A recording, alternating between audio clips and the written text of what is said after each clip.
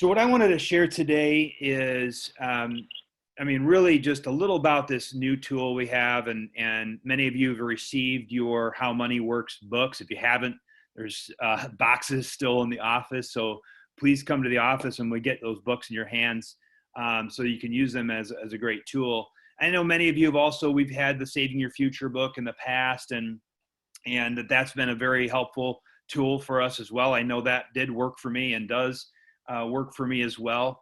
But I think what's different here about How Money Works is sometimes the messenger matters, right? Sometimes the author of the book actually matters. And Angela, who was a co-author of the previous version, would be the first to tell you that having someone like a Steve Siebold, who's a New York Times best-selling author, who makes his entire living as an author and a public speaker, and who has his pulse on the social media and media community, and has already been interviewed several times by major networks. That these are conversations about this book that are on Fox, that are on different, even local, doesn't matter, local channels, national, doesn't matter, because you have now a podcast or something you can, a YouTube video of this happening, you could send to a friend, right? To kind of soften the shore line before you come in and actually deliver the book. So this is now mainstream. Something we've all been, for the last 22 years, I've been in this business, just kind of like, wow, we're actually in a place right now that this book, something our company produced, is now mainstream, hitting the news media, and something that we could leverage in a huge way. So I'm going to share about really how can we deliver this? How can we bring this education? All starts with education. That's actually one of the first, it is the first money milestone in the book, is first you got to educate yourself. And so this book is kind of our gateway opener to help with that process, and then get that person not only to read the book or get educated by it, but then take action. And that action could come in the form of sitting, down with us to talk about their personal finances, which I'm going to talk about the mechanisms of that first appointment in doing that. Or it could be that they're interested in the business, right? So these are a couple ideas, and we're going to get a lot more of this at the convention, but I just want to prepare your mind for what you're going to receive at convention. And this is going to be definitely a big topic. So this is a piece that we can get emailed out to you and make available to everybody. It's kind of a little, scripts or guidelines or words we can use at work. You got to learn the conversations of how to share the How Money Works book. And then also, of course, the most important thing is how to follow up with it. So one idea here is just to write someone a note and mail it to them. Okay, if they're not local, you could write just a simple note. This book begins your financial literacy journey. It's time to become smart with your money. Enjoy. Send that with a book, and then follow up. That's one idea, right? Maybe you don't live right around the corner from every single person that you'd want to get this book in their hands. If you're talking more client specific, someone you envision to be a potential client. I work with a company that teaches, or I teach people how money works. Wait for answer. That's what WFA means, right? And they're going to say, oh, great. And then you're going to say, we have a new book that starts the process. Reading the book is actually the first step. We call them money milestones, right? This is how to think about and what to do with money that should have been taught in schools. Now you'll understand how the rich do it, right? So you could just leave it at that. Maybe you can go further, right? These are just some other ideas of what to say. Once you learn how money really works, you won't be a sucker ever again, right? Once you read this book and get a few simple principles, you'll start the process and you're on your way. I can help you figure out what financial products and services you'll need for each step. So now you're bringing yourself into it of, how you can help them with each of these steps as a financial professional. Why hasn't everyone learned this or done this? Just not taught in schools. And it's not easy to learn by yourself. It's hard to figure out which products or service fit your exact situation best and who to trust. That's where we come in. Again, you're bringing yourself in. You're the solution. You're going to be the provider of the solution that they're going to be itching to find out about after they read all the things that they didn't know. I tell people, look, you read this book in 2 hours, you'll know more than 99% of Americans about personal finance and what to do about your money. So that's something I say, right? So that would be more, and this is going to be kind of the lead in to having that, what we'll call financial strategy, the first appointment. Again, I'm going to get in a little bit more on the mechanisms of that, but just to carry on here, team building. We are in the business of distribution. We want to educate more people than we ourselves can handle, right? Ourselves, right? So we want to impact, leave a bigger footprint. So when we're talking to people about this book, hey, can you see yourself educating, starting with a book? Educating people starting with a book. Does what I just did seem so hard? So you just give them a book, they read the book, they saw that that's how they got interested. Now they're, oh wow, I could do this. Right? This is teaching, not sales. So for people who are worried about, I don't want to be in sales. Well, this is just helping people understand education. We simply share this book, right? You can share a short video, which I'm sure at this point they would have seen, and a website with people, and they're on their way to financial education. And they've never had access to it before, likely, right? This is the greatest business building tool ever. A few dollars for a book could be worth thousands to you if you're able to help a family with their money. So again, this is now talking more on the recruiting side. What if you're going to introduce this in social media? Just now we want to not be so overt perhaps, right? But we can say the first book on money you need, right? You'll instantly know why you needed this book. After you read this, you won't make the simple money mistakes that cause so much trouble for everyone. Financial literacy is in as fast as an hour, which is pretty much what I said before. Every wish you could. So just keeping it like, wow, intriguing, and the intriguing level. So these are different ways and different mediums depending on who you're talking to. And of course, none of this matters unless we follow up, okay? So when you follow up, it's the same kind of thing we used to do right before. Right? What did you like best about this book? What intrigued you? You're gonna get your answer right there if, wow, this seems like something I can help a lot of people with, boom. I'm gonna get that person in the office. We're gonna be bringing them aboard and talking about onboarding them as an associate. Wow, I never knew about these tax strategies. I really need to get my financial ducks in a row. Boom, I'm setting an appointment then to sit down with a trainer. If I'm just a trainee, I'm going to edify someone and say something like, hey, great, I'm working with someone who I'm actually kind of taking me under their wing right now. And I probably can get you in their schedule. What do you usually work? Do you work during the days, evening? Oh, okay, you're free on, so Mondays, Tuesdays better for you? Okay, Tuesday, what, afternoon, evening? Okay, great. So you narrow down their time and you set the appointment. That's how you set an appointment. You never ask them, when are you available?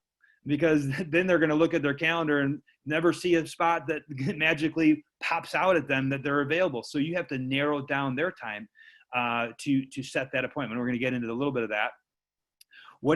So what do you plan to do from here? Let's get together, take a time. So this is where you start to have that follow-up, and it's so important, critical to do that within a few days after you've expected them to read the book.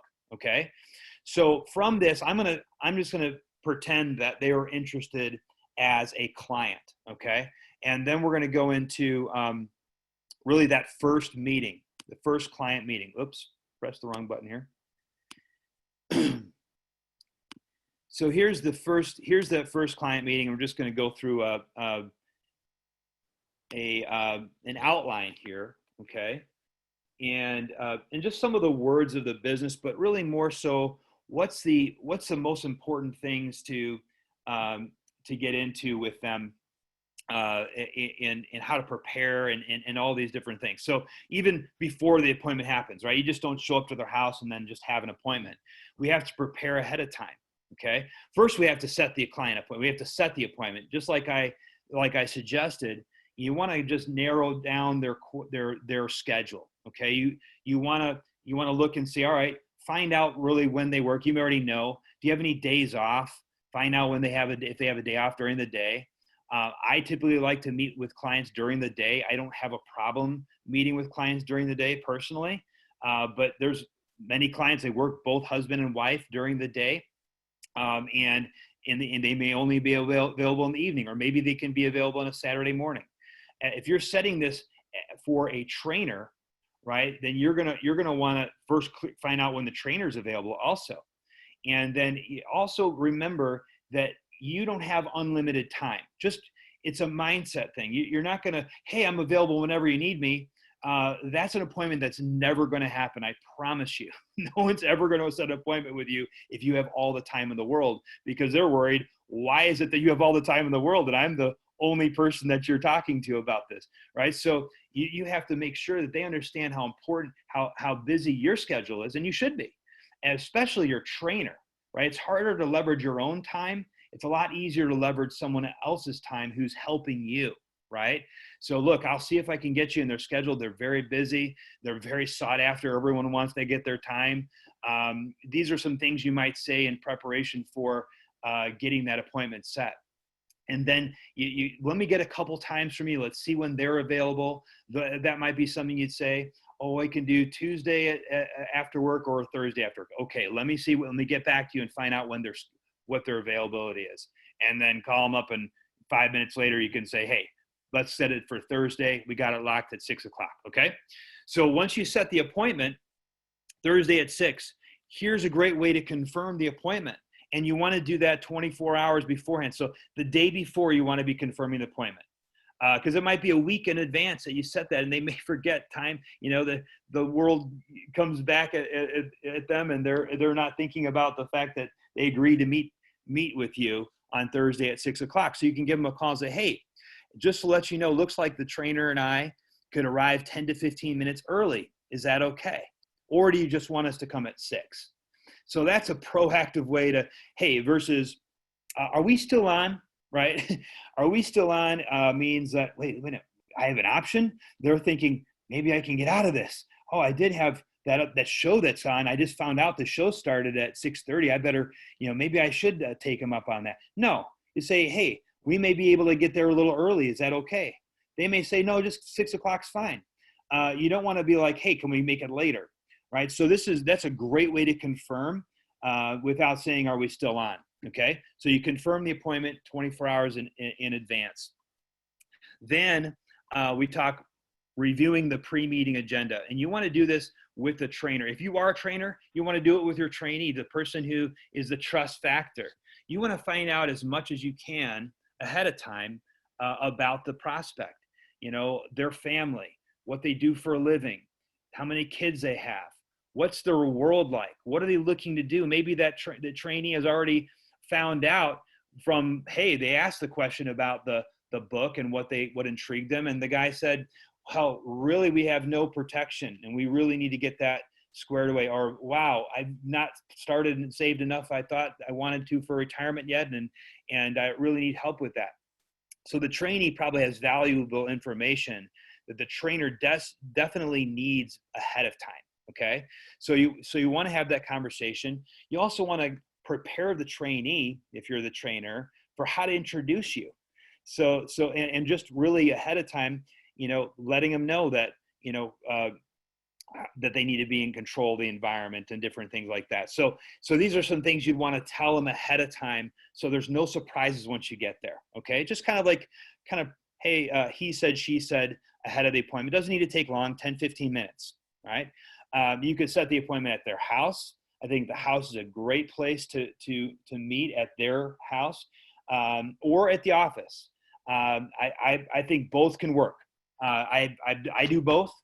A lot of my clients, they like to come to my office. I can show things on the big screen, and they see the credibility of a nice office that we have. And the advantage of meeting in their home is they have all their financial materials available. They are comfortable there. There's high trust in a home environment. So both of those are great. What I wouldn't do probably, and not to say I've never done it, but meeting at a Starbucks or something like that. You're just not putting a lot of value on that meeting. Unless you already have a relationship with them. If you have a relationship with them already, they're a client of yours already, sure, you can do a review at a Starbucks, no big deal. But if you're really meeting for the first time and you're establishing trust, right? So the trust that the trainee has, they need to be a bridge of trust to the trainer. The trainer then would then be able to take over that trust relationship and have the credibility as well. And that's really the whole magic of our system, okay? So the trainee is going to introduce the trainer, and they're going to simply, it'll be very simply, hey, thanks. Here, I'll just kind of give you a little. There's an example here. This is my friend. You could say this is my friend. This is the person who's been kind of taking me under their wing and teaching me. I'm really happy that I was able to get their time today. They work with families like you who are starting out, or whoever that family is. If they're a pre-retiree, they work with people who are in a situation like about to become retired from their career, or in transition, moving from working to not wanting to work. This is the person I'm bringing to you right now. So you could easily, in 2 sentences, whatever the situation dictates, is also going to be talked about ahead of time in the pre-meeting of how to introduce based on the situation, right? Now, what if you just blank and you forget everything? Then you just say, hey, trainer, why don't you just tell them a little bit about yourself, right? That'd be the kind of the fallback words if you forget everything and you just black out on that. Once you introduce, then you're going to want to control the environment. So you're going to want to direct traffic a little bit as a trainee, right? I'm talking about the trainee. You're going to want to say where you want to sit. So instead of having the client lead you around their house where they want to meet, they may bring you to the living room and you're sitting on couches and you have a coffee table. That's not going to work. If you've ever done a meeting, a client appointment, it's not the right environment it's too comfortable. Too many distractions could be there. You can't spread out any information. That's also kind of a foreign place in the house for them to. They only go there when strangers come. So then you're a stranger. So you want the trainee wants to bring them to the kitchen table. You say, why don't we go meet in the kitchen table? If the TV's on, they're going to say something like, hey, you mind turning that down? Or maybe we could just turn it off. I just want to make sure we're able to really focus on this really important information that the trainer is going to be sharing with you. Okay. If the kids are running around and crazy, I've been there many times.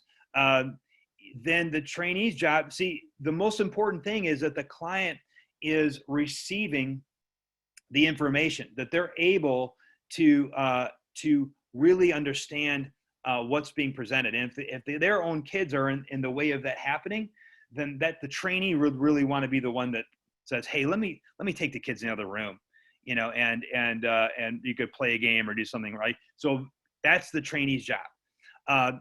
Once you're sitting down, then it's rapport build, right? I'm not going to talk a whole bunch about rapport build. It's just, finding commonalities, form, right? Family, occupation, recreation. This should be 5-10 minutes. You'll know when it starts getting stale. When you run out of kind of surface level things to talk about, that's when you want to start to shift gears. Okay. And that's where the trainer is going to give their infomercial. So I may kind of okay, my transition is, well, anyway, right, what we're here to do tonight, right? Kind of going from the hey, who do you like in the Super Bowl conversation to now let's get into brass tacks.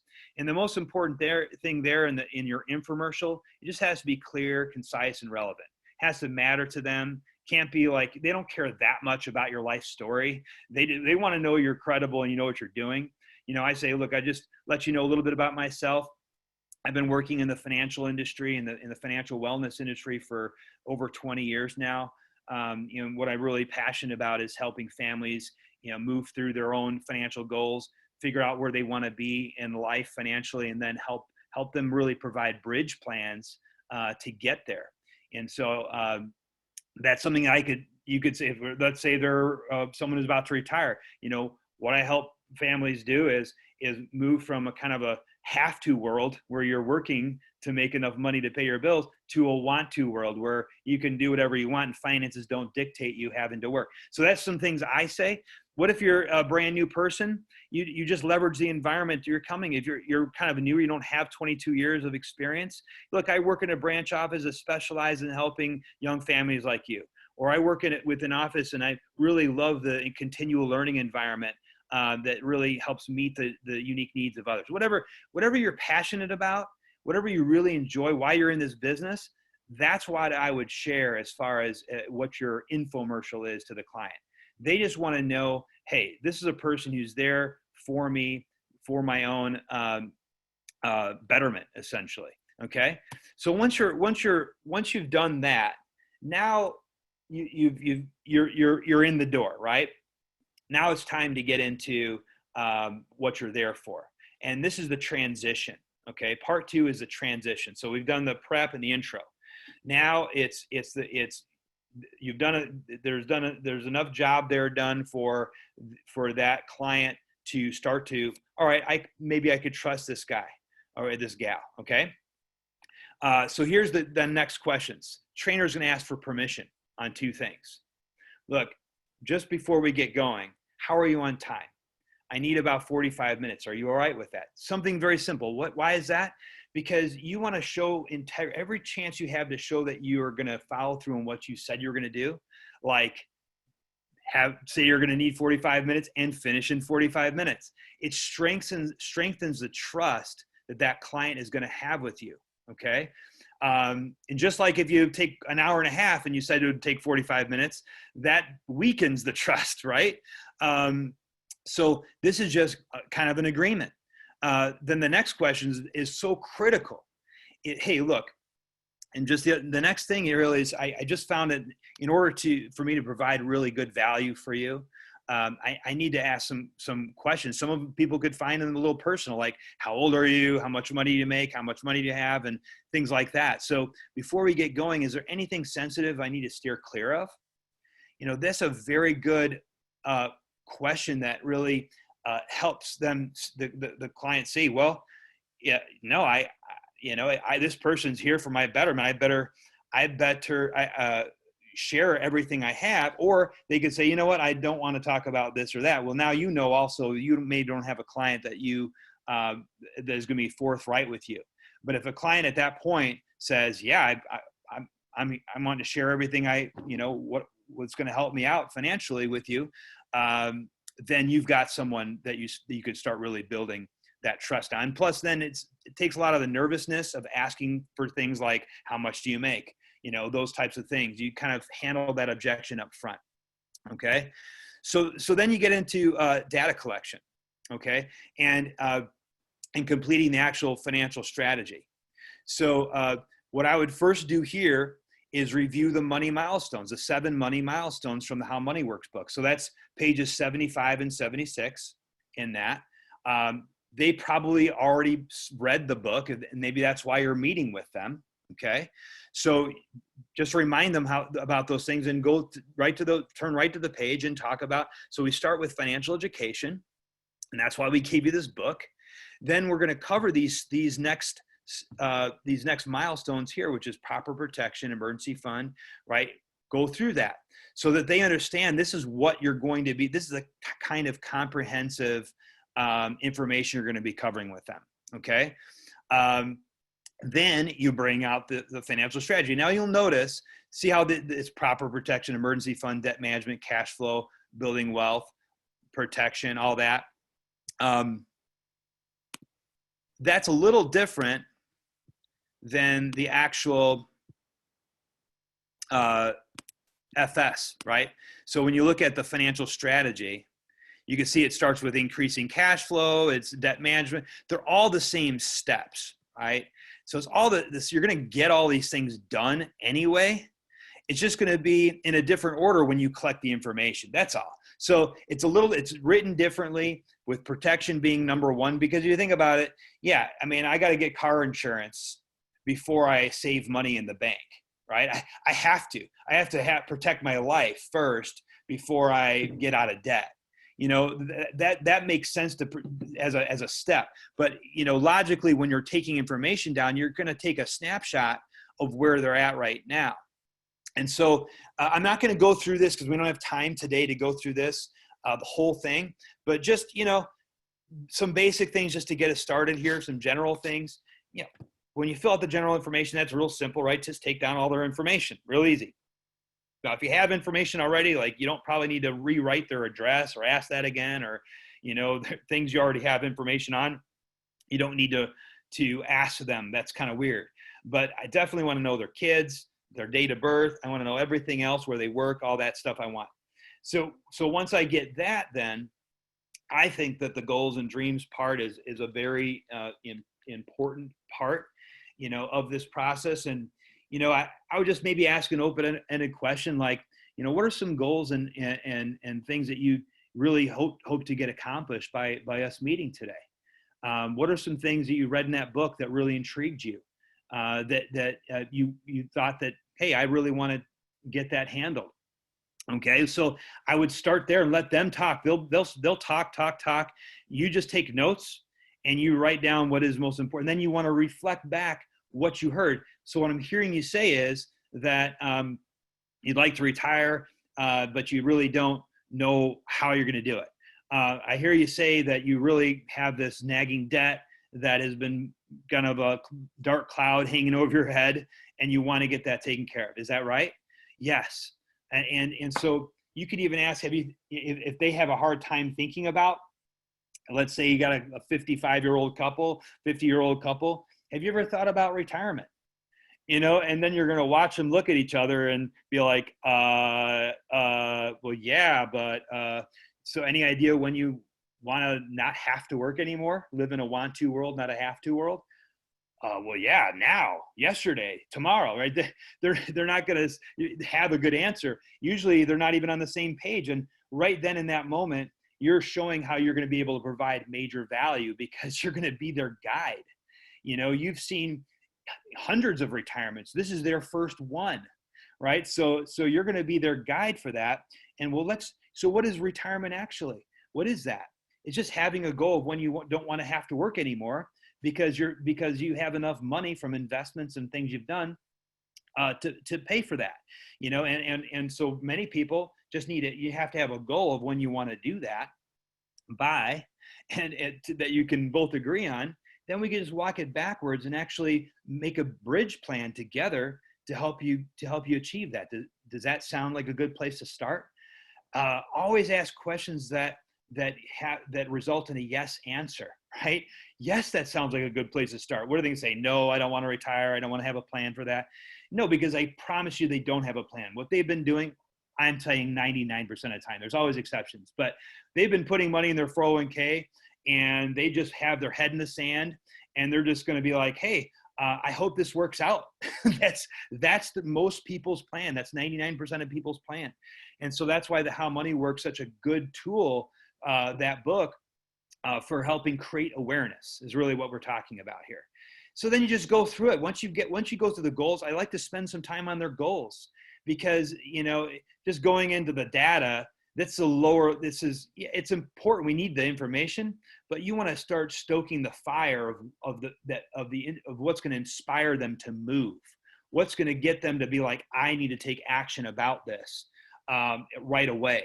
And so then it's just filling in the blank. So the rest of this, I'm not going to spend a lot of time, going through the rest of this, because we have a lot of training already on business building on demand website on this stuff. And we'll get into it more in another webinar as well.